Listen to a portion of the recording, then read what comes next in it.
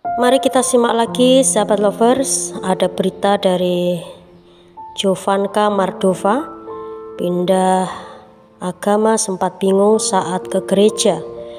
Perjalanan spiritual Jovanka Mardova pindah agama tengah menjadi perbincangan publik. Melalui laman YouTube Kalam Kristus, ia mengungkapkan kisahnya dari seorang muslim menjadi pemeluk agama Kristen. Pemeran Debbie di sitkom Bajai Bajuri ini yakin berpindah agama setelah perceraiannya dengan sang suami 2009. Bagi seorang publik figur seperti dirinya, keputusan untuk berpindah agama tentu membawa konsekuensi yang serius, misalnya kehilangan popularitas atau menambah haters. Namun Jovanka Mardova tak peduli dengan semua itu karena baginya yang terpenting adalah ketentraman hati.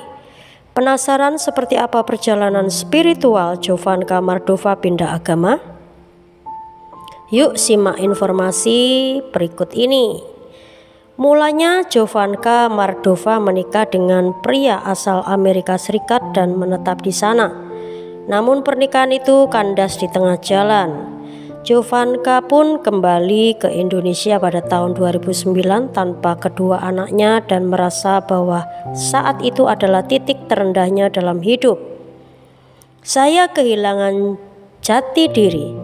Perkawinan saya selesai.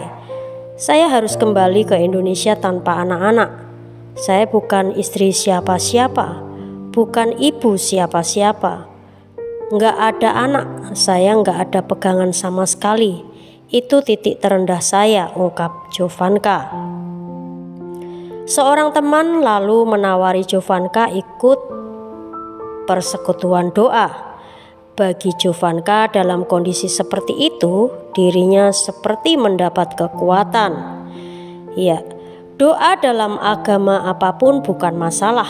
Yang terpenting ada kepedulian dari orang lain dan ada yang ingin mendoakannya.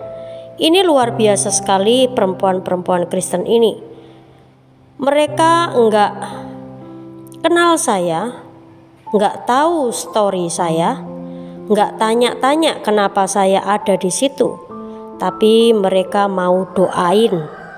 Doanya mengena sekali. Doanya bisa spesifik yang saya sedang alami. Keterpurukan yang amat sangat. Pada saat mereka doa saya enggak bisa ngomong. Saya cuma bisa nangis kenangnya. Mantap berpindah keyakinan. Setelah itu Jovanka juga diajak ke ibadah di gereja. Sebagai muslim saat itu tentu Jovanka bingung dan tidak tahu cara beribadah dalam agama Kristen. Ia hanya datang dan mengamati sekitar. Saat khotbah, pendeta menyerukan agar siapapun yang sedang merasa sesak untuk berdiri.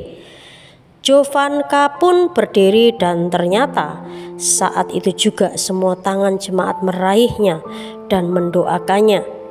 Momen ini membuat Jovanka merasa begitu dikasihi dan mantap ingin pindah agama. Minta izin ke ayah. Jovanka segera menelpon ayahnya, sosok yang menurut dia sangat baik dan menjadi panutan bagi dirinya.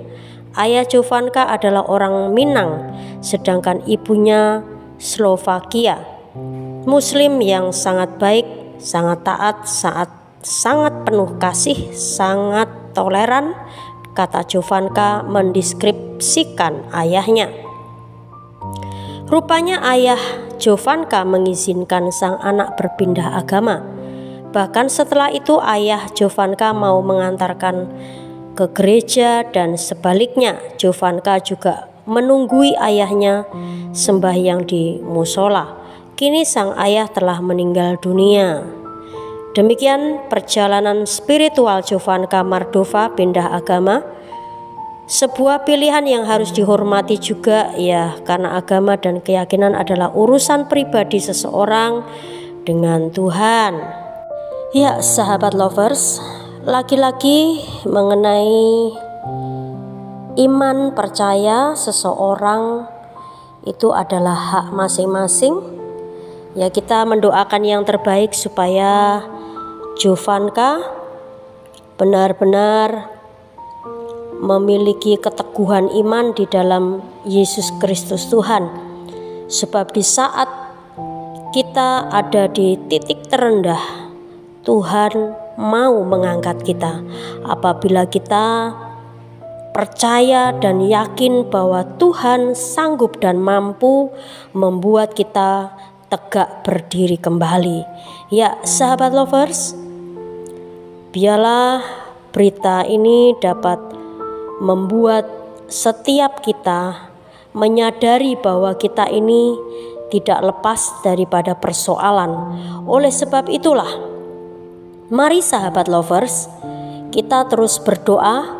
Kita tidak akan pernah tahu apa yang terjadi ke depan, baik itu masa depan, baik itu rencana, baik itu pergumulan yang kita tidak akan pernah tahu ke depan. Tetapi yang jelas kita tahu bahwa Tuhan sanggup dan mampu mengangkat kita di saat kita mengalami titik terendah atau terpuruk seperti kehidupan Jovanka Mardova.